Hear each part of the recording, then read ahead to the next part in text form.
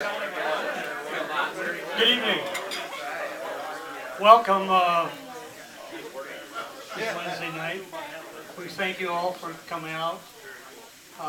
We appreciate your cooperation in moving from the barn to Lorenzo's. It's kind of nice if you have a closed down restaurant, all you have to do is open the door and turn the heat up. But we appreciate you, the team. And let me tell you a little bit about why I'm involved. A lot of you folks know that I'm a fellow drove a garbage truck and rides a horse once in a while.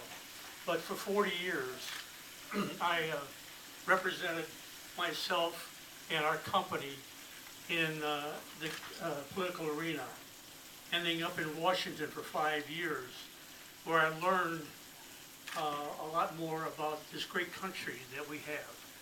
And I'm a strong proponent of the free enterprise system, but also the two-party system. I think it's very important that we have strength in both parties. And it's nice when a young fellow like Frank comes along and wants to make a commitment to be part of this. So without any more talk from me, I want to introduce Frank Foster Jr. As you all know, Jason Allen is term limited. He's our state senator, and Gary McDowell, our representative, is going to run for that seat.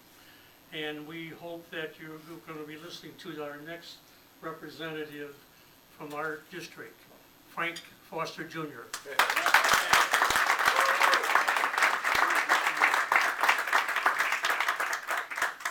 I've got a lot of people to thank, and I'm going to get to that shortly. But as Mr. Beck said, I don't look like I've got experience. I don't look like I've spent 30 years in Washington D.C. as a lawyer or as a lobbyist, and I'm here to tell you that that's a good thing right now.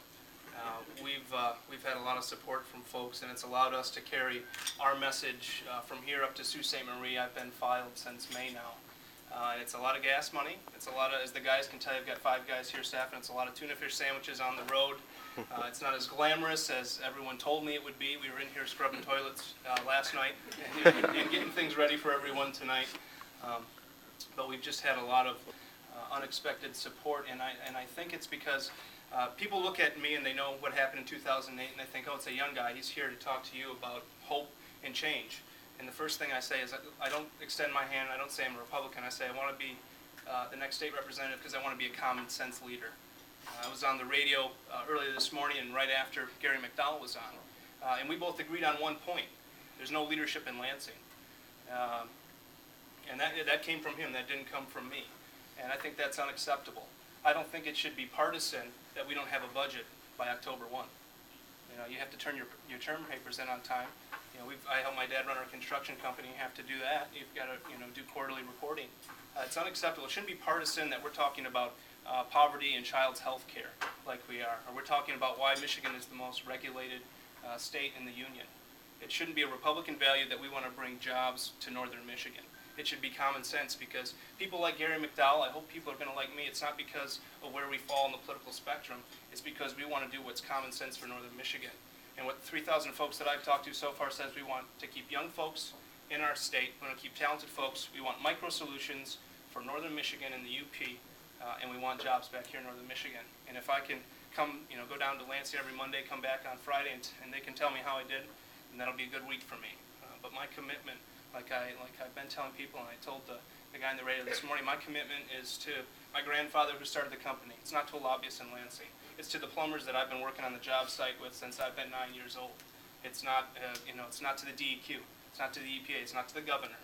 So my commitment stems from 4 generations here in northern Michigan and a commitment to bring jobs back up north here. So I've got a lot of people to thank, and I think the guys have told me to keep it to 5 minutes. But I want to thank my host committee. I've got a list here because there have been a lot of people helping us. So first of all, Larry and Nancy Beck. Just help me give them a round of applause. It's a whole lot better than being in a horse barn tonight, but we would have done that too. Wes and Karen Hovey, Jody and Brian Eubank, Jack and Bridget Wallvogel, John Demmer, John and Mary Fisher, Dick Jackson, for being our hosts. You know, I didn't know all you folks before tonight, and they brought you to me, and I'm happy that they did. Connie Dansbury, Carolyn and Jim Sutherland, special thanks to my folks who have been feeding the campaign religiously, and it's 6 guys that just got back from college, so we know how to eat. Linda and Mike McElroy. I've gotten a couple educations when I went in and talked to you, Mr. McElroy, about where I should fall on the political spectrum, but I couldn't have had this here tonight without you and Linda's help, and I really appreciate that. So thanks all for being here. I hope to get around to the rest of you.